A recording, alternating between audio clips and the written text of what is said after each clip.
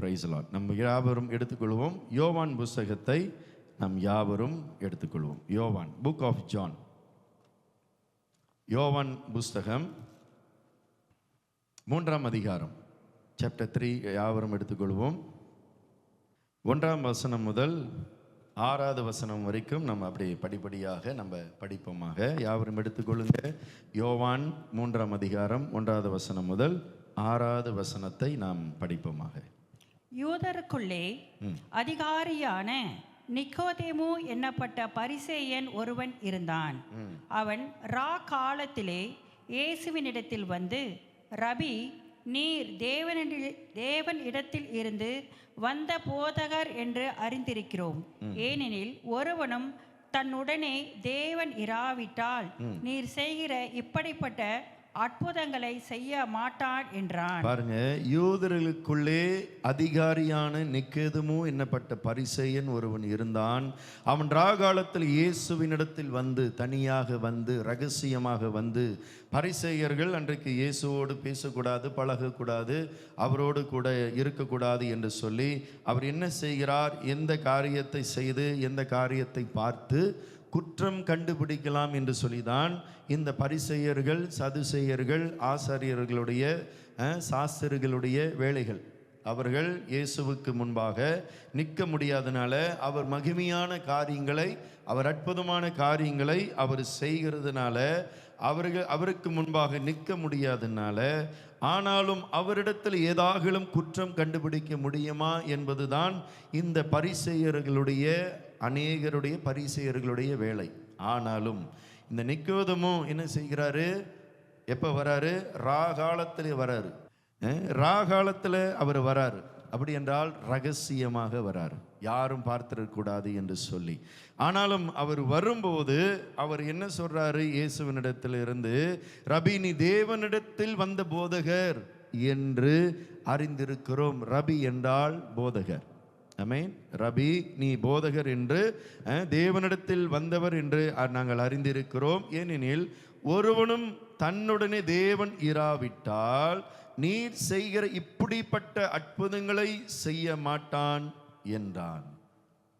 இந்த பரிசேயர்களுக்கு, சதிசேயர்களுக்கு இயேசு எப்படி இவ்வளவு பெரிய அற்புதங்களை செய்கிறார்? அப்ப ஒருவனிடத்திலே தேவன் இருந்தால்தான், பிதாவானவர், கர்த்தாதி கர்த்தா, தேவாதி தேவன் அவர் இருந்தால்தான் இப்பேற்பட்ட அற்புதங்களை செய்ய முடியும் என்று சொல்லி, யாருடைய கணிப்பு? நிக்கோதேமுடைய கணிப்பு. இப்படி சொல்லிட்டு அடுத்தது இயேசு என்ன சொல்றாரு பாருங்க. இயேசு அவனுக்கு பிரதியுத்தரமாக, இயேசு அவனுக்கு பிரதியுத்தரமாக, ஒருவன் மறுபடியும் பிறவாவிட்டால், ஒருவன் மறுபடியும் பிறக்காவிட்டால் தேவனுடைய ராஜ்யத்தை காண மாட்டான் என்று, தேவனுடைய ராஜ்யத்தை காண மாட்டான் என்று மெய்யாகவே மெய்யாகவே உனக்கு சொல்லுகிறேன் என்றார். மெய்யாகவே மெய்யாகவே உனக்கு சொல்லுகிறேன்.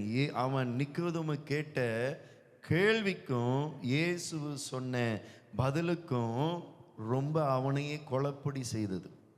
அவனை என்ன செஞ்சது? பரிசேயரையே என்ன செய்தது? அவர் குழம்பிட்டார். அவர் பரிசேயர்கள் என்பவர்கள், அவர்கள் இப்படி எங்களை போல போதிக்கிறவர்கள். இப்படி போதிக்கிறவர்களுக்கு அவர் இயேசு சொல்றாரு, ஒரு மனிதன் மறுபடியும் பிறக்க வேண்டும் என்று சொல்லி. இப்படிப்பட்டவர்கள் தான் இந்த அற்புதமாகிய இந்த ராஜ்யத்தை நான் நீங்களும் இன்றைக்கு பார்க்க முடியும். இந்த அற்புதத்தை நானும் நீங்களும் இன்றைக்கு பார்க்க முடியும், காண முடியும். ஒருவன் மறுபடியும் பிறக்க வேண்டும். மறுபடியும் பிறப்பதுதான் நமக்கு எல்லாருக்கும் தெரியும். அதுதான் ஞானஸ்தானம். அதுதான் என்ன ஸ்தானம்? ஞான ஸ்தானம். புதிய ஞானத்தை பெறுவது, ஞானமாகி இயேசு கிறிஸ்துவை அறிகிற அறிவு நமக்குள்ளாக பிறக்கிற ஞானம். பலவைகள் ஒளிந்து போயின, எல்லாம் புதிதாக்கப்பட்டது என்று சொல்லி, இனி நான் பழைய பிறவி அல்ல, நான் பழைய மனுஷன் அல்ல, இயேசுவுக்குள்ளாக புதிய பிறப்பாக, புதிய ஒரு பிறப்பாக நான் மாறி இன்றைக்கு நான் வந்திருக்கிறேன் என்று சொல்லுகிறவர்கள்தான் அப்பேற்பட்டவர்கள், புதிதாக பிறந்தவர்கள் தான் அவர்கள் எதை பார்க்க முடியும்? தேவனுடைய ராஜ்யத்தை முதலில் பார்க்க முடியும். இந்த அனுபவம் எல்லாம் கிறிஸ்தவர்களுக்கும் இன்றைக்கு இருக்கிறது. தேவனுடைய ராஜ்யத்தில் சகலமும் உண்டு. அற்புதம் உண்டு, அடையாளம் உண்டு, சுகங்கள் உண்டு, ஆசீர்வாதங்கள் உண்டு, நன்மைகள் உண்டு. எதை அவருடைய நாமத்தினாலே கேட்கிறீர்களோ எல்லாம் அவருடைய நாமத்தினாலே உண்டு. ஆனாலும் இவைகளை நானும் நீங்களும் பார்க்க தான் முடியும். என்ன செய்ய முடியும்? பார்க்க தான் முடியும். எப்படி பார்க்கிறோம்?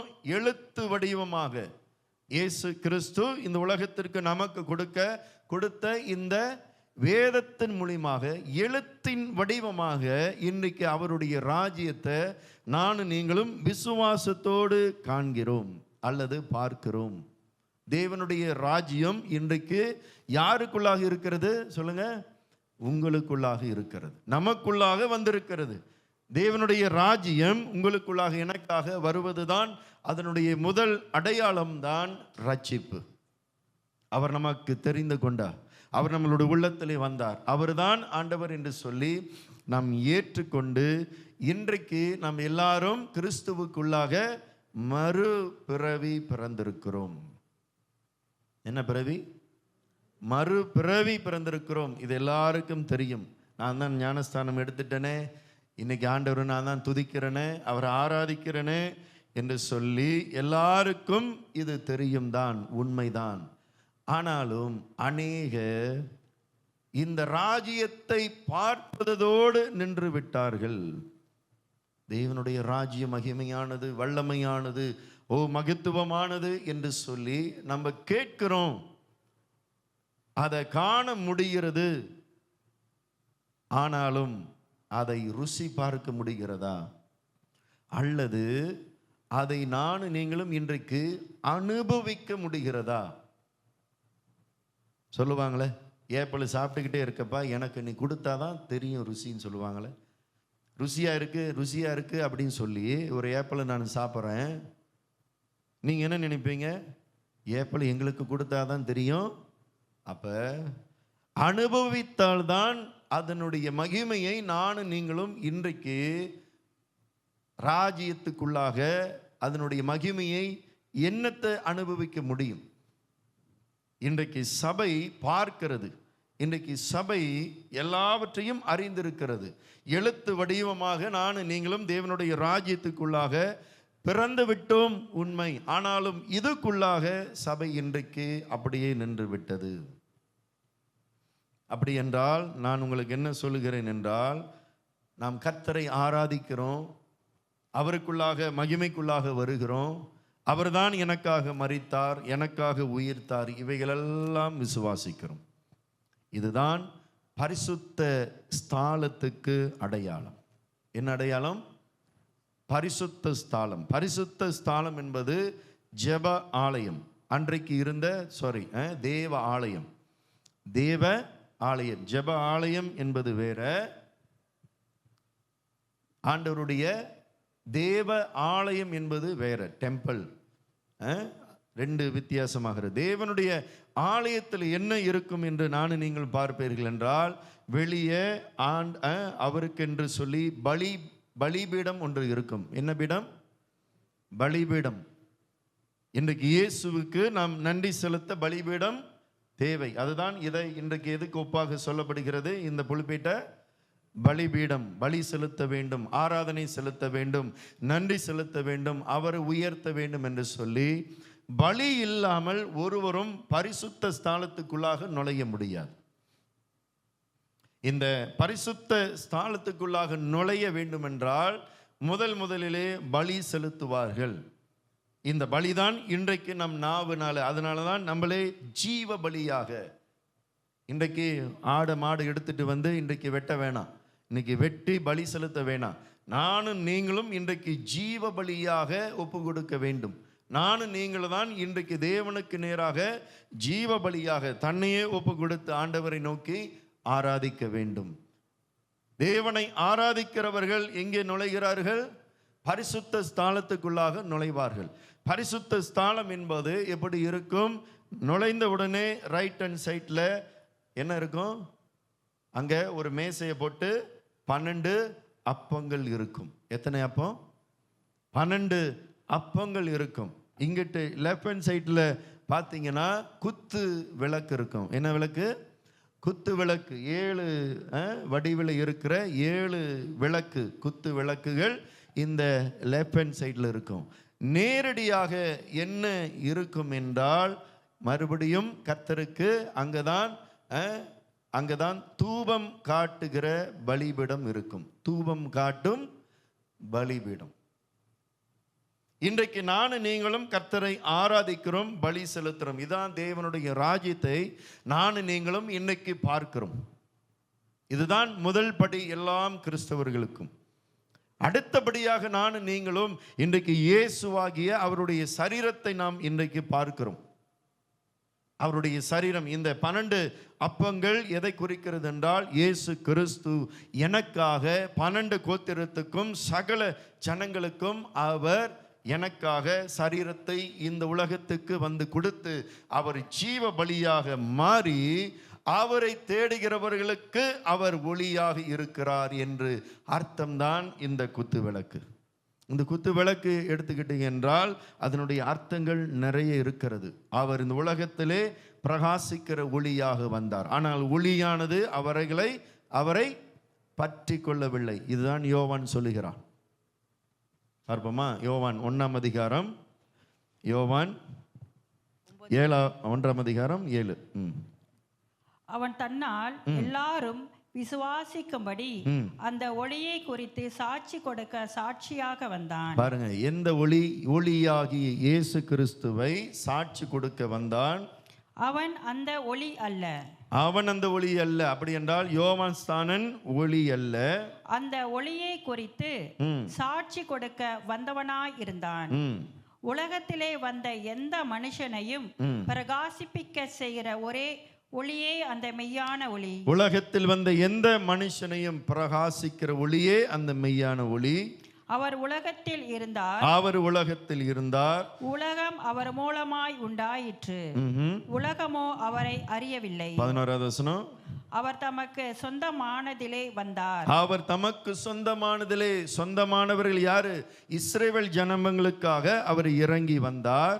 அவருக்கு சொந்தமானவர்களோ அவரை ஏற்றுக்கொள்ளவில்லை. அவருக்கு சொந்தமானவர்களோ அவரை ஏற்றுக்கொள்ளவில்லை. இன்றைக்கு இயேசுவாகிய நாம் அவரை ஏற்றுக்கொண்டு இன்றைக்கு அவர் ஒளியாக இருக்கிறார் என்று சொல்லி, அவருடைய ஒளி நம்மேல் இருக்கிறது என்று சொல்லி, இந்த அனுபவம் நமக்கு இருக்கிறது.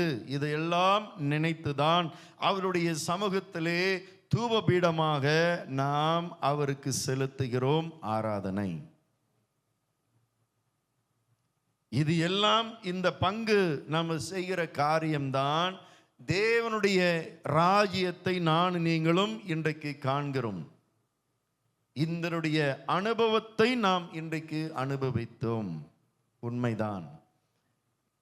இந்த குத்து விளக்கு இயேசுவை மட்டும் குறிக்காது, ஆவியானவரையும் குறிக்கும், அவருடைய மகிமையும் குறிக்கும். ஆமென், அல்லேலூயா. நிறைய அர்த்தங்கள் இருக்கிறது. ஒரே ஒருடைய காரியத்தில் நிறைய என்ன இருக்கிறது? அர்த்தங்கள் நிறைய இருக்கிறது. அதுபோல் நான் உங்களுக்கு சொந்த கொடுக்குறேன். இந்த ஹெட்ஃபோனு நம்ம சொல்கிறோம், ஹெட்ஃபோனில் ஒரே காரியம் தான் இருக்கிறதா? அதனுடைய உருவாக்கப்படுவதற்கு ஒரே ஒரு பொருள் தான் தேவைப்படுதா? ஹெட்ஃபோன் உருவாக்க எத்தனை ஆயிரக்கணக்கான பொருள்கள் டெக்னாலஜி உள்ளுக்கு இருக்கிறது போல, இன்றைக்கு தேவனுடைய ஆலயத்தை நானும் நீங்களும் எடுத்தோம் என்றால் அது பெரிய சத்தியம். பழைய ஏற்பாடுலேருந்து புதிய ஏற்பாடுக்கு வரும் என்றால் அது பெரிய சத்தியம். அது பெரிய ஒரு டீச்சிங். அது 10 லெசன் அப்படி டீச்சிங்குள்ளாக போகிற ஒரு காரியம். தேவனுடைய ஆலயம், அவருடைய அந்த தேவனுடைய அந்த கேட்டனுக்கு அர்த்தம் இருக்கிறது. சுற்றி இருக்கிறதுக்கு அதனுடைய மறைவுக்கு ஒரு அர்த்தம் இருக்கிறது. அதனுடைய மேலே போலப்பட்ட அந்த தோல் வகையான காரியங்கள் எல்லாவற்றுக்கும் ஆவிக்குரிய அர்த்தங்கள் இருக்கிறது. இன்றைக்கு நாம் அதை டச் பண்ண முடியாது. ஆனாலும் இவைகளெல்லாம் நாம் அவருடைய ராஜ்யத்தை நானும் நீங்களும் பார்க்கிறோம். உண்மைதான். ஆனாலும் இயேசு இப்ப நிக்கோதேமை பார்த்து சொல்லுகிறாரு, இது எல்லாம் அனுபவிக்க வேண்டும், இந்த தேவனுடைய ராஜ்யத்துக்குள்ளாக நீ காண வேண்டும் என்றால் மறுபடியும் நீ பிறக்க வேண்டும். உண்மை. அதோட இயேசு முடிக்கல. இயேசு பாருங்க, ஒரே காரியத்தோடு அவர் முடிக்கல. அற்புதத்தையும் அடையாளத்தையும் இன்னைக்கு நீ காண வேண்டும் என்றால், அல்லது சபை பார்க்க வேண்டும் என்றால், அல்லது நீ பார்க்க வேண்டும் என்றால், அது தேவனிடத்திலிருந்து அற்புதத்தை நானும் நீங்களும் அடைய வேண்டும் என்றால் அடுத்த காரியம் என்ன செய்ய வேண்டும்? அதை 3ஆம் அதிகாரம், யோவான் 3ஆம் அதிகாரம் 4 பாருங்க. அதற்கு நிக்கோதேமு, ஒரு மனுஷன் முதிர் வயதாய் இருக்கையில் எப்படி பிறப்பான்? அவன் தன் தாயின் கர்ப்பத்தில் 2ஆம் தரம் பிரவேசித்து பிறக்க கூடுமோ என்றான். இயேசு ஒன்று சொல்றாரு, நிக்கோதேமு ஒன்று சொல்றாரு. இயேசு தேவனுடைய ராஜ்யத்தை குறித்து நீ பிறக்கணும் பண்றாரு. அவர் மறுபடியும் என்னோட தாயின் வயிற்றுல போய் மறுபடியும் பிறக்கணுமான்னு சொல்றாரு. அது நடக்காது. ஆனாலும் அவர் ஏன் அப்படி சொன்னாருன்னு தெரியல. குழம்பிட்டாரு. இயேசுவை பார்த்த உடனே என்ன ஆயிட்டாரு? குழம்பிட்டாரு. ஒன்று பயந்துருக்கலாம். அதுக்கு அடுத்தது அதை விட்டுருவோம். ஆனாலும் 5வது வசனம் என்ன சொல்றாரு பாருங்க. இயேசு பிரதி உத்திரமாக, ஒருவன் ஜலத்தினாலும், பாருங்க இங்கதான் இயேசு டச் பண்றார். இத்தனை நாள் வரைக்கும் நான் நீங்களும் தேவனுடைய ராஜ்யத்தை பார்த்தோம், அதையெல்லாம் அனுபவித்திருக்கிறோம். பரிசுத்த ஸ்தலத்துக்குள்ள எல்லா மகிமையும் நான் நீங்களும் இன்றைக்கு அனுபவித்தோம். ஆனா மகா பரிசுத்த ஸ்தலம் ஒன்று இருக்கிறது. யாருக்கு தெரியும்? தெரியுமா? 3 பிரகாரங்கள் இருக்கிறது. வெளியே பலிகள், இதுதான் தேவனுடைய ஆலயம். கதவு உள்ளுக்கு, திரை உள்ளுக்கு போவார்கள். இங்கே தான் என்ன இருக்கும்? அப்பம் இருக்கும், குத்து விளக்கு இருக்கும். இதே போல இப்படி என்ன இருக்கும்? பலிபீடம் இருக்கும். சாரி, தூப பீடம் இருக்கும். தூபம் பீடம். தூபத்தை எடுத்து வந்த பிறகு இதுக்குள்ளாக ஒரு திரை இருக்கும். இந்த திரைக்கு அடுத்தது தான் தேவனுடைய உடன்படிக்கை பெட்டி இருக்கும். இந்த தேவனுடைய உடன்படிக்கை பெட்டி உள்ளுக்கு தான் ஆண்டவருடைய கட்டளைகள், 10 கட்டளைகள் அங்கு இருக்கும். அங்கே மன்னாவை பொழிந்தருளின அந்த மன்னா அங்கு இருக்கும். அடுத்தது ஆரோனுடைய கோல் அங்கு இருக்கும். பிரைஸ் லார்ட், அல்லேலூயா. அதை ஆண்டவர் வருடத்துக்கு ஒரு தடவை தான் பிரதான ஆசாரியன் போக வேண்டும். த ஹை பிரீஸ். சாதாரண பிரீஸ் போக முடியாது, அல்லது வெளியே ஊழியம் செய்கிறவர்கள் போக முடியாது. வருடத்துக்கு ஒரு தடவை தான் அவர்கள் சென்று, அவர்கள் கவனமாக சென்று எல்லாம் ஜனங்களுக்காக பரிந்து பேசி, ஆண்டவரே இந்த ஜனங்களை ஆசீர்வதிங்க என்று சொல்லி உள்ளுக்கு நுழைந்து தூபத்தை காட்டிட்டு பிறகு வருடத்துக்கு ஒரு தடவை தான் நுழைய முடியும். எத்தனை வருடத்துக்கு? ஒரே தடவை தான். அங்கு இருந்து அந்த பெட்டியில் இருந்து தான் தேவனுடைய சத்தம் பிறப்பிக்கப்படும். அதனுடைய அர்த்தம்தான், அதனுடைய பெயர் தான் மகா பரிசுத்த ஸ்தலம். அவருடைய மகா பரிசுத்த ஸ்தலம், அவருடைய மகிமை, அவருடைய ஆளுகை, அவருடைய அளவில்லாம மகிமை அந்த இடத்துல சூழ்ந்து நிற்கும். அங்கே போகிற ஆசாரியன் முதலில் பலி செலுத்தி தன்னை சுத்திகரித்து கொண்டு தன் பாவங்களை அறிக்கை செய்து சுத்தத்தோடு அவன் போனால் அவன் பிழைப்பான். சுத்தமில்லாமல் அவன் போவான் என்றால் அவன் என்ன ஆகி விடுவான்? இறந்து விடுவான், மாண்டு போய் விடுவான். முடிஞ்சு, அவ்வளோதான். மினிங்கால் துனியா அடக்கம் தான் பண்ணணும். கயிறை வச்சு இழுப்பாங்க. என்ன வச்சு இழுப்பாங்க? கயிறை வச்சு தான் இழுப்பாங்க. கயிறை கட்டி தான் உள்ளுக்கு அனுப்புவாங்க. அப்போ ஆசாரியனுக்கு எவ்வளவு பயமாக இருக்கும். ஆனாலும் இன்றைக்கு இயேசு கிறிஸ்து இந்த அனுபவத்தை அடைய வேண்டும் என்று அவர் விரும்புகிறார். இந்த அனுபவத்தை தான் இயேசு கிறிஸ்து இங்கே டச் பண்ணி பேசுகிறார். மறுபடி படிப்போமா? அதே 5வது வசனம், 3ஆம் அதிகாரம் 5வது வசனம். இயேசு பிரதியுத்தரமாக, ஒருவன் ஜலத்தினாலும் ஆவியினாலும் பிறவாவிட்டால், மறுபடியும் ஜலத்தினாலும் ஆவியினாலும் மறுபடியும் பிறக்காவிட்டால் தேவனுடைய ராஜ்யத்தில் பிரவேசிக்க மாட்டான் என்று. அதனுடைய வித்தியாசத்தை பாருங்க. முதல் இயேசு சொன்னாரு, காண மாட்டீர்கள். பார்ப்பது வேற, பிரவேசிப்பது வேற. என்கவுண்டர். ஆமென், அல்லேலூயா. முதலில் மனிதன் பிறக்க வேண்டும், அவன் தேவனுடைய ராஜ்யத்தை பார்க்கிறான். இது ஒரு அனுபவம். இன்றைக்கு அநேகர் இந்த அனுபவத்தோடு நம்ம எல்லாரும் நின்று கொண்டு இருக்கிறோம். ஆனாலும் அதுக்கு மேற்பட்ட ஒரு அனுபவம் இருக்கிறது. அதுக்குள்ளாக நானும் நீங்களும் நுழைய வேண்டும். இன்றைக்கு மகா பரிசுத்த ஸ்தலத்தில் தேவனுடைய மகிமையை, அவருடைய சத்தத்தை, அவருடைய மகத்துவத்தை, அவருடைய பிரசன்னத்தை, அவருடைய சத்தத்தை, அவருடைய நன்மையை, அவருடைய சந்தோஷத்தை எல்லாம் அனுபவிக்க வேண்டும் என்றால் இன்றைக்கு நானும் நீங்களும் ஜலத்தினாலும் ஆவினாலே மறுபடியும் என்ன செய்ய வேண்டும்? பிறக்க வேண்டும். இப்படி பிறக்கிறவர்களுக்கு என்ன நடக்கும்? ஆமென். தேவனுடைய ராஜ்யத்தில், அல்லேலூயா, ஜலத்தினால் ஆவினாலும் பிறவாவிட்டால் தேவனுடைய ராஜ்யத்தில் பிரவேசிக்க மாட்டான். அப்படி என்றால் இயேசு என்ன சொல்லுகிறார்? ஆமென். 6வது காரியம் பாருங்க, 6வது வசனம். மாம்சத்தினால் பிறப்பது, மாமிசத்தினால் பிறப்பது மாம்சமாய் இருக்கும். மாமிசமாய் இருக்கும். எத்தனை பேரு மாமிசத்தோடு இன்றைக்கு தேவனை ஆராதிக்க முடியும்? எல்லாரும் ஆராதிக்க முடியும். மாமிசத்தினால் பிறப்பது மாமிசமாக இருக்கும். ஆவியினால் பிறப்பது, ஆவியினாலே பிறப்பது ஆவியாய் இருக்கும். எல்லாம் மகிமையாய் இருக்கும். இதனுடைய சத்தியம் பெரிதானது. நல்லா விளங்கிக்கிங்க. இன்றைக்கு ஆண்டவர் நம்மளை என்ன அழைக்கிறார் என்றால், நானும் நீங்களும் இன்றைக்கு அற்புதத்தையும் அடையாளத்தையும் அவருடைய சத்தத்தையும் அவருடைய மகத்துவத்தையும் நானும் நீங்களும் இன்றைக்கு அடைய வேண்டுமென்றால், பெற வேண்டுமென்றால், அனுபவிக்க வேண்டுமென்றால் நானும் நீங்களும் இன்றைக்கு ஆவியானவராலே நிரப்பப்பட வேண்டும். இது எவ்வளவு பெரிய காரியம்! நம்ம எல்லாரும் அவ்வப்போது இதை அனுபவிக்கிறோம். ஆவியானவருடைய ஃப்ளோ, ஆவியானவருடைய மகிமை ரொம்ப சந்தோஷமா இருந்தது, அவரை ஆராதிக்கும் போது ரொம்ப அழகாக இருந்தது என்று சொல்லி எல்லாரும் அவ்வப்போது தான் அனுபவிக்கிறோம். ஆனால் இயேசு சொல்லுகிறாரு, நம் வாழ்க்கையில இதை அனுதினமும் அனுபவிக்க வேண்டும். இதுக்குள்ளாக நானும் நீங்களும் வருவதுதான் மகா பரிசுத்த ஸ்தலம். நானும் நீங்களும் மகா பரிசுத்த ஸ்தலத்துக்குள்ளாக அல்லது அவருடைய மகிமைக்குள்ளாக நுழைய வேண்டும் என்றால் இன்றைக்கு ஆவியானவரோடு துணையோடு நானும் நீங்களும் போக வேண்டும். அதுதான் இயேசு சொல்லுகிறாரு, மாமிசம் ஒன்றுக்கும் உதவாதுப்பா. இந்த மாமிசத்தை வச்சு, உன் சிந்தையை வச்சு, உன் பலத்தை வச்சு, உன் எண்ணங்களை வைத்து எதையும் நீ என்னோடு கூட மகிமைக்குள்ளாக பிரவேசிக்க முடியாது.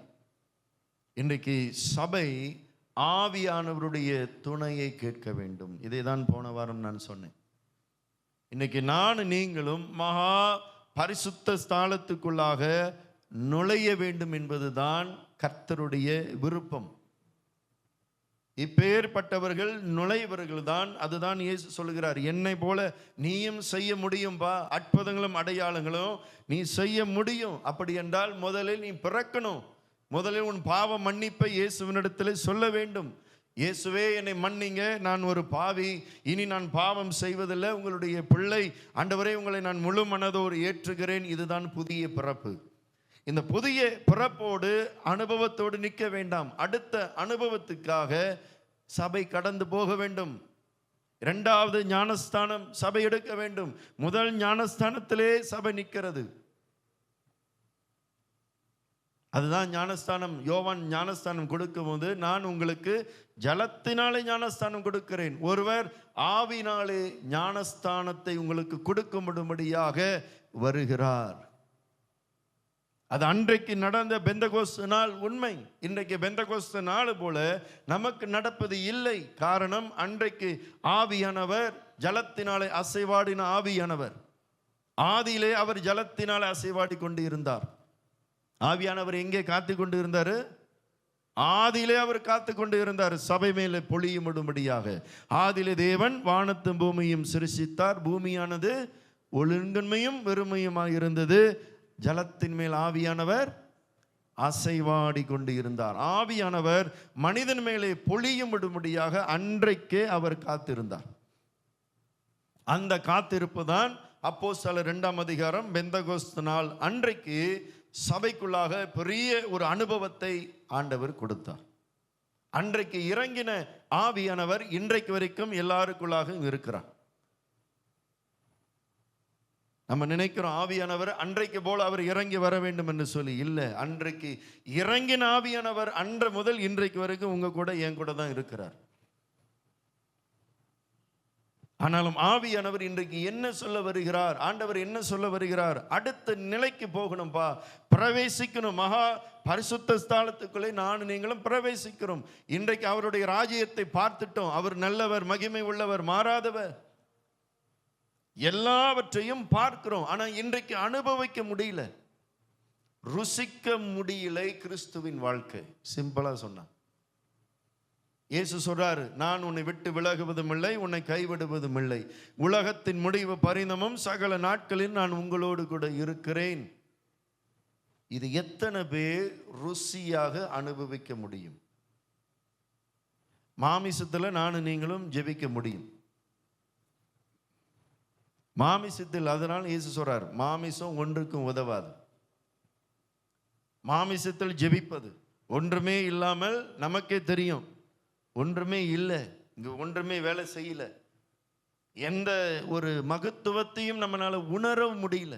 மாமிசத்தினால நானும் நீங்களும் இன்றைக்கு ஜெபிக்க முடியும்.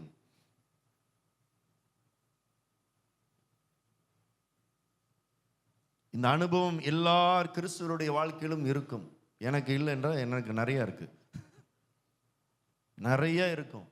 தனிப்பட்ட ஜெபத்தில் அல்லது அநேகர் இருக்கிற இடத்துல அல்லது தனிப்பட்ட ஜெபத்தில் நம்ம ஆண்டவரோடு பேசும்போது ஒன்றுமே இல்லாதது போல ஒரு ஃபீலிங்கில் இருக்கும். ஒன்றுமே இல்லாமல் இருக்கும், வனாந்தரத்து போல இருக்கும், சப்புன்னு இருக்கும். நான் ஜெபித்தனா என் ஆண்டவர் என்னுடைய ஜெபத்தை கேட்டாரா?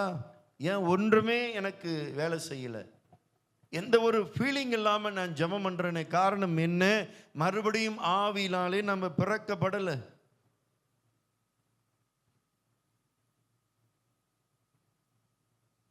இந்த மாமிசத்தை கழுவி ஞானஸ்தானத்தினுடைய அனுபவத்திலேயே நம்ம நிற்கிறோம். அந்த அனுபவம் வேண்டும். இயேசு சொல்றார், மறுபடியும் நீ பிறக்கணும், அது முதலில் உன் வாழ்க்கையில வேணும். இரண்டாவது அனுபவத்தையும் சபை இன்னைக்கு அனுபவிக்க வேண்டும். இந்த வாக்கு தத்தங்கள் நம்ம சொன்னது போல, நான் உன்னை விட்டு விலகுவதும் இல்லை, உன்னை கைவிடுவதும் இல்லை. இதை எப்படி நம்ம ஏன் அனுபவிக்க முடியல? இதை ஏன் நம்மளுடைய உள்ளத்துல ஆழமாக நுழைய முடியல? என்ன காரணம்? படிக்கும்போது, வேதத்தை படிக்கும்போது ஏன் சப்புன்னு இருக்கு? ஏன் எதையும் ருசியாக அனுபவிக்க முடியல? வேதத்தை படிக்கும்போது ஆண்டவருடைய சத்தத்தை ஏன் கேட்க முடியல? ஏன் வேத எழுத்துக்கள் நம்மளுடைய உள்ளத்துல அக்கினியை போல பற்றி எரியல? அல்லது ஜெபிக்கும் போது, அல்லது வேத வசனத்தை இங்கேருந்து கொடுக்கும் போது, அல்லது பிரசங்கத்தை கேட்கும் போது உங்களுடைய உள்ளம் ஏன் பற்றி எரியவில்லை? ஏன் உங்களுடைய உள்ளம் அசைக்கப்படுவது இல்லை? காரணம், மாமிசத்தோடு நிற்கிறோம். நம்ம எல்லாரும் ஆவியின் பிள்ளைகளாகவே இருக்கணும். ஆவியானவருக்குள்ளாக நடத்தப்பட வேண்டும். இதையெல்லாம் நானும் நீங்களும் இன்றைக்கு அனுபவிக்க வேண்டும் என்றால், இன்றைக்கு அவருடைய ராஜ்யத்துக்குள்ளாக பிரவேசிக்க, அப்படி என்றால் என்ன? அவரோடு பேச வர வேண்டும்.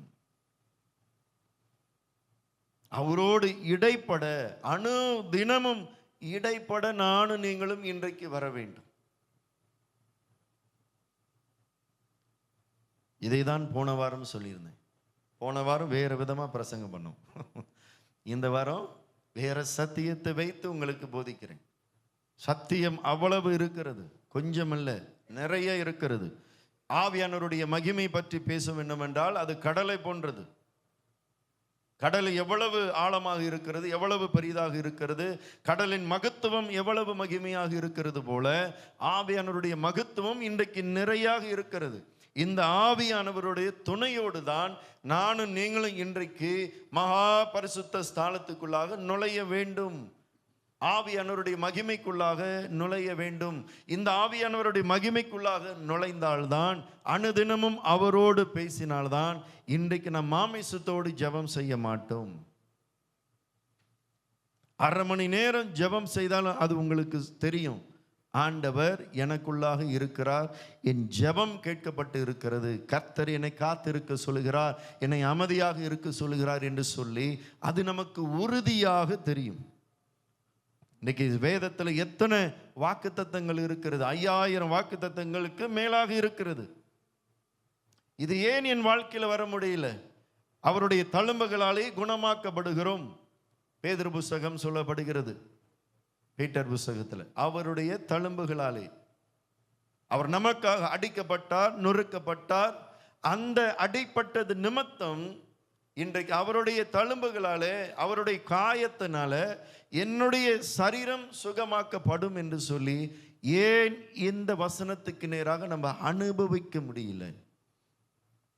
ஏன் இந்த வசனத்தை நம்ம ருசி பார்க்க முடியல? அல்லது இந்த வசனத்தை ஏன் நமக்குள்ளாக பழிக்க செய்ய முடியல? ஏன் பழிக்க மாட்டது? காரணம் என்ன? காரணம், அநேக நேரத்தில் மாமிசத்தோடு நம்ம ஜெபிக்கிறோம். அவருடைய தழும்புகளாலே ஆண்டவரை நான் குணமாகிறேன் சொல்வது வேறு. ஆனால் ஆவியில நீங்கள் நிரம்பி ஜெபிக்கும் போது சொல்வது வேறு. அங்குதான் பூரணமான நமக்குள்ளாக ஒரு சுகம் கிடைக்கும். ஆவியில, ஆத்துமால, சரீரத்தில் நமக்கு மகாபரிய சுகமும் சந்தோஷமும் அவருடைய மறைவிடத்திலே இருக்கிறது. அவரை தேடி எப்படி வர வேண்டுமா? எப்படி வர வேண்டுமா? ஆமென். நம்மளுடைய அறைய பூட்டிக் கொண்டு அவரிடத்துல பல கனிகளை திறந்து, வானங்களை திறந்து கொடுக்கிறவர் நேராக நம்ம கண்களை ஏறெடுத்து பார்க்க வேண்டும். அப்படி என்றால் என்ன? ஆண்டவர் என்னிடத்துல தனியாக வாப்பா, நான் உன்னை பார்க்கணும் ஆண்டவர் சொல்றார். இன்னைக்கு எத்தனை பேர் இந்த அனுபவத்துக்குள்ளாக போறீங்க? எப்போதும் கர்த்தரை தேடுறோமா? தனிப்பட்ட முறையில் 1 மணி நேரமாவது தேடுகிறோமா? இந்த யாரெல்லாம், இன்றைக்கு நான் உங்களுக்கு சொல்லுகிறேன், யாரெல்லாம் அனுதினமும் 1 மணி நேரமாவது நான் கர்த்தரை தேடுவேன் என்று சொல்லுகிறவர்கள் ஆவியிலே களி கூறுவார்கள். நீங்கள் ஆவியில் களி கூறும்போது உங்களுக்குள்ளாக இருந்த வேதனை, துக்கம் எல்லாம், கண்ணீர் அதில் தான் டீல் பண்ணுவார் ஆண்டவர். முதலிலே கர்த்தர் நமக்கு தான் விடுதலை கொடுப்பார். நமக்கு தான் விடுதலை வேண்டும். ஏன் எனக்கு இன்னும் விடுதலை ஆகவில்லை? ஏன் எனக்கு அவ்வப்போது துக்கம், வேதனை, கண்ணீர், சஞ்சலம் எனக்குள்ளாக, என் சிந்தனைக்குள்ளாக ஏன் வருகிறது என்றால், அனுதினமும் ஆவிக்குள்ளாக நுழையல. ஒவ்வொரு நாளும் கர்த்தருக்கென்று ஒரு நேரத்தை ஒதுக்கி, ஒரு டிசிப்ளின், ஒரு சீரியஸா செய்துதான் பாருங்க. முதலிலே பெரிய ஆனந்த சந்தோஷம் கர்த்தர் உங்களுக்கு தான் கொடுப்பார். மனிதன் எதை விலை கொடுத்து வாங்கினாலும் சந்தோஷத்தை விலை கொடுத்து வாங்க முடியாது. என் சந்தோஷத்தையே நான் உங்களுக்கு கொடுக்கிறேன், என் சமாதானத்தையே நான் வைத்து போகிறேன். இயேசுவினிடத்தில் சகல சந்தோஷமும் இருக்கிறது. இன்றைக்கு ஏன் சந்தோஷமா முடியல? நான் பார்க்கிறேன், என்னால் முடியல. ஐயோ, இந்த உலகம் என்னை வந்து நெருக்குது, துக்கம் என்னை வந்து நெருக்குது, பண நெருக்கடி என்னை நெருக்குது. இவைகளெல்லாம் நம் மீறி ஓட வேண்டும் என்றால் இன்றைக்கு இயேசுவின் பாதத்தில் ஓடி வரணும். அனுதினமும் தேடி பாருங்க. உங்களுக்குள்ளாக இருக்குங்கிற அழுத்தங்கள், டிப்ரெஷன் கடந்து போகும். எது டிப்ரெஷன், எது உங்களை அதிகமாக அழுத்துகிறது, அதுதான் கர்த்தர் முதலில் டீல் பண்ணுவார். உங்களை தான் ஆண்டவர் டீல் பண்ண, உங்களை தான் முதல்ல விடுதலையாக்குவார். இப்போதான் நீங்கள் அனுபவிக்க முடியும் ஆண்டவருடைய வசனத்தை. அது வரைக்கும் நானும் நீங்களும் அனுபவிக்க முடியாது. எதற்குள்ளாக இருப்போம் என்றால், தேவனுடைய ராஜ்யத்தை பார்த்து கொண்டே இருப்போம், ஆனா அனுபவிக்க முடியாது. அனுபவிக்க வேண்டும் என்றால் இன்றைக்கு அவருடைய பாதத்தில் ஓடி வரணும். ஒவ்வொரு நாளும் ஒரு நேரத்தை ஒன்று ஒதுக்குங்க. காலையிலே தேடணும், இல்லை மத்தியானத்தில் தேடணும், அல்லது இரவில் கண்டிப்பாக தேடி பாருங்க. அவருடைய மகத்துவத்தை பார்ப்பீர்கள், பிரவேசிப்பீர்கள். பார்த்து கொண்டு நீங்க, படித்து கொண்டு நீங்க வேதத்தை படித்த இப்ப பிரவேசித்து அனுபவிக்க முடியும். இந்த அனுபவத்துக்குள்ளாக தான் இயேசு இன்றைக்கு நம்மளை அழைக்கிறார். இதுக்காகவே கர்த்தர் உங்களை என்னையும் அழைத்திருக்கிறார். அதுதான் முதல் ஸ்டெப். ஆண்டவர் சொல்லுகிறார், ஒருவன் மறுபடியும் பிறக்க வேண்டும். பிறந்துட்டோம், அவருக்குள்ளாக வாழ்கிறோம், ராஜ்யத்தை பார்க்கிறோம், தேடிக்கொண்டே இருக்கிறோம். ஆனா இன்றைக்கும் பிரவேசிக்க முடியல. இன்றைக்கும் அவருடைய மகத்துவத்தை பார்க்க முடியல. இன்றைக்கும் அவருடைய அற்புதத்தை பார்க்க முடியல. என் உள்ளம் ஏன் எப்போதும் கலங்கி கொண்டே இருக்கிறது? என் உள்ளத்தில் ஏன் சந்தோஷம் இல்லை, சமாதானம் இல்லை? நான் கேட்கிறது ஏன் இன்றைக்கும் எனக்கு கிடைக்கல? இவைகளுக்கெல்லாம் உங்களுக்கு பதில் வேண்டும் என்றால் ஆவிக்குள்ளாக நுழையுங்க. ஆவிக்குள்ளாக நுழைவதுதான் முதல் அடி ஜெபம். அவரோடு பேசுங்க. 2-3 பாடலை பாடினால் 5 பாடலை பாடி கர்த்தரை துதிக்கணும். இன்றைக்கு எப்படி சபையில துதிக்கிறோம், அதே போல உங்களுடைய தனிப்பட்ட வாழ்க்கையிலும் ஆண்டவரை நோக்கி துதியுங்க, அவரை நோக்கி ஆராதிங்க. ஆமென், அல்லேலூயா. அவரை நோக்கி ஆராதித்த பிறகு உங்களுடைய உள்ளம் ஒவ்வொரு நாளும் இப்படி செய்ய வேண்டும். ஒவ்வொரு நாளும் செய்துதான் பாருங்க. சில நேரத்தில் உங்களுடைய ஜெபத்தையும் துதியும் தனிப்பட்ட வாழ்க்கையில நிறுத்தவே முடியாது. முதல் நாள் எவ்வளையோ தடையாக இருக்கும். அது உங்களுக்கு சொல்லுகிறேன். பிசாசனவன் நிறைய தடைகளை வைப்பான். உங்க சரீரத்தை தொட பார்ப்பான், உங்க சிந்தையை தொட பார்ப்பான், நிறைய தடைகளை வைப்பான். இந்த தடைகள் எல்லாம் நீங்க உடைத்துக்கிட்டு போகணும். இன்றைக்கு வில் பவர் உங்களுக்குள்ளாக இருக்கணும். ஐயோ அப்படி என்றீங்களா? பிசாசுக்கு பெரிய கொண்டாட்டம். இன்றைக்கு பிசாசு ஒரே ஒரு காரியத்துக்கு தான் அவன் பயப்படுவான், இந்த ஜெபத்துக்கு. இன்றைக்கும் சவுத் கொரியாவில் எழுப்புதல் இருந்து கொண்டே இருப்பதுக்கு காரணம் என்ன? ஆத்துமாக்கள் ரட்சிப்பு அடைந்து கொண்டே இருப்பதுக்கு காரணம் என்ன? எங்க பார்த்தாலும் சபைகள், எங்க பார்த்தாலும் அநேகர் பேர் ரட்சிக்கப்பட்டு இருக்கிறார்கள். காரணம் என்ன? எங்க திரும்பினாலும் ஜெபம்தான். ஜெப மலையே ஒன்று இருக்கிறது அவர்களுக்கு. ஜெப மலையே ஒன்று இருக்கிறது. அந்த ஜெப மலையில் ஆட்கள் இருந்து கொண்டே இருப்பார்கள். இவளே பெருசுதான் இருக்கும், சின்ன குடிசை மாதிரி. இவளே பெருசுதான், இவளே பெருசுதான். உள்ளுக்கு உட்காந்து முட்டி தான் போடணும். நின்று கூட ஜெபம் பண்ண முடியாது. முட்டி போட்டு அங்க பஸ்ஸா ஆளு போய் ஜெபித்து கொண்டே இருப்பார்கள். தேசத்துக்காக தேசம் ரட்சிக்கப்பட வேண்டும், தேசம் இயேசுவை தெரிந்து கொள்ள வேண்டும் என்று சொல்லி ஜெபிக்கிற இடத்துல தான் ஆண்டவருடைய மகிமையும் எழுப்புதலும் உண்டாகும். முதல் எழுப்புதல் உங்களுக்குள்ளாக உண்டாகும். முதல் விடுதலை உங்களுக்குள்ளாக உண்டாகும். நீங்க ஜெபிக்க முடியாதபடிக்கு நிறைய தடைகள் வரும். அதெல்லாம் பார்க்காதீங்க. இன்றைக்கு ஒரு முடிவு எடுங்க. ஆண்டவரே, நான் உங்களுடைய ராஜ்யத்தை இந்நாள் வரைக்கும் பார்த்துட்டேன், ஆவியிலே நான் நுழைய வேண்டும். ஆண்டவரே, ஆவிக்குள்ளாக நான் ஜெபிக்க வேண்டும். என் மாமிசம் சாக வேண்டும். ஆவிக்குள்ளாக ஜெபித்தால்தான் மாமிசத்தின் எண்ணங்கள், மாமிசத்தின் சிந்தைகள் எல்லாம் கடந்து போகும். இந்த பாவத்தை ஜெயம் கொள்ள வேண்டும் என்றால் ஆவிக்குள்ளாக நுழைய வேண்டும். இந்த பாவத்தை என்னால் ஜெயம் கொள்ள முடியல ஆண்டவரே, காரணம் என்ன? ஆவிக்குள்ளாக இன்றைக்கு நம்ம நுழையல. நுழைந்துதான் பாருங்க.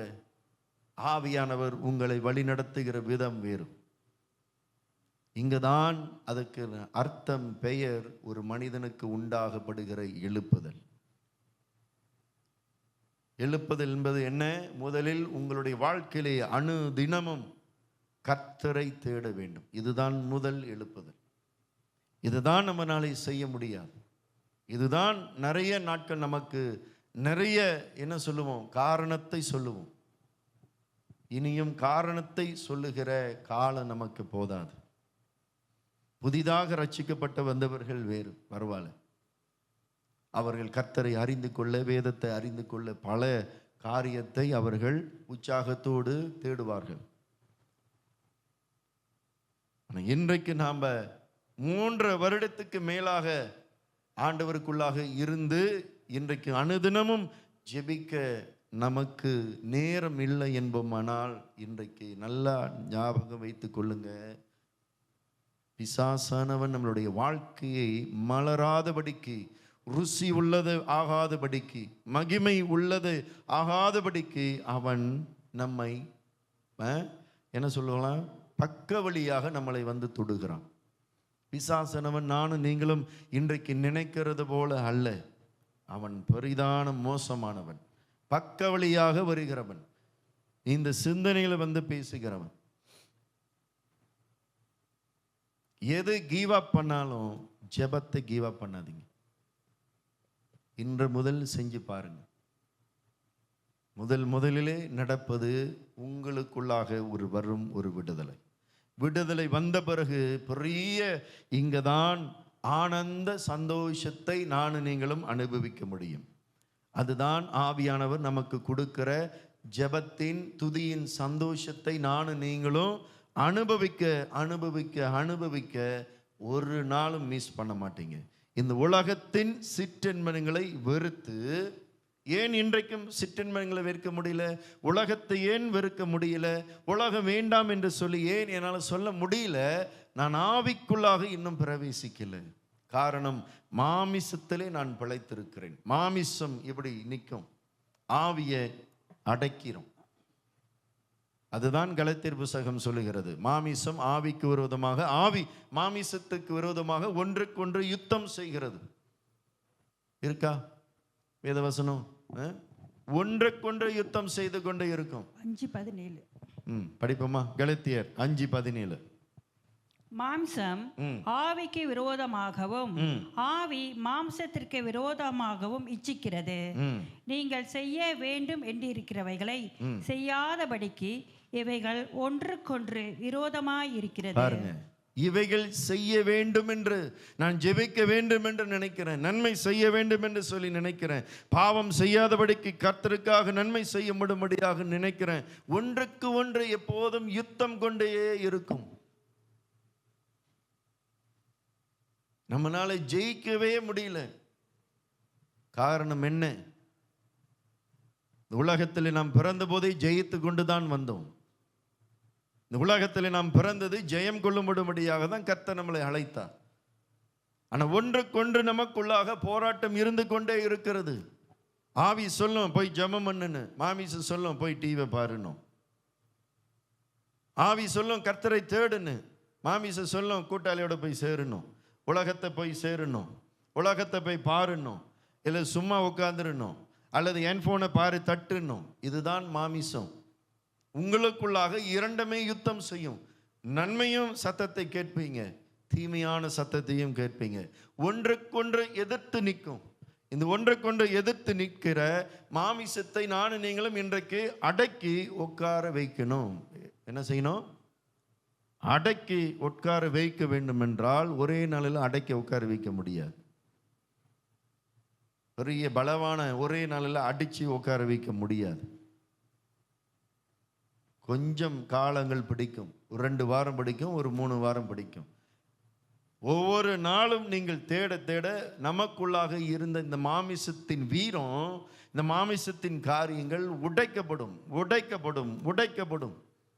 அதுதான் இயேசு சொல்லுகிறார், ஒருவன் எனக்குள்ளாக இருந்தால் அவன் மிகுந்த கனிகளை கொடுப்பான். மிகுந்த கனிகளை கொடுக்க முடியும்படியாக நான் என்ன செய்கிறேன்? எல்லாம் தேவையில்லாத இலைகளை வெட்டுகிறேன். வெட்டப்படும். ஜெபத்தினால எல்லா மாமிசத்தின் கிரியைகள் எல்லாம் வெட்டப்படும். கோபம், நமக்குள்ளாக இருக்கிற எரிச்சல், நமக்குள்ளாக இருக்கிற பொறாமைகள் எல்லாம் வெட்டப்படும். அதுதான் கலாத்தியர் ஆவியின் கனிய மாமிசத்தின் கிரியைகளை கலாத்தியர் புத்தகத்தில் பவுல் எழுதுகிறார். இன்றைக்கும் ஆவியின் கனிக்குள்ளாக போக முடியாது. காரணம் என்ன? இந்த மாமிசம் நமக்குள்ளாக இருந்து நமக்குள்ளாக போர் செய்கிறது, யுத்தம் செய்கிறது. எத்தனை ஆண்டு யுத்தத்தோடு நம்ம போகும்? 10 வருஷம், 20 வருஷம், அல்லது 30 வருஷம், 40, 50, 60, அதோட போயிடுவோம். முடிஞ்சு, ஆயுள் முடிஞ்சு. 60, 70, 80 அதுக்குள்ளாக நம்ம எழும்ப முடியவில்லை என்றால் எத்தனை ஆண்டு நாம் இந்த மாமிசத்தோடு போராட போகிறோம்?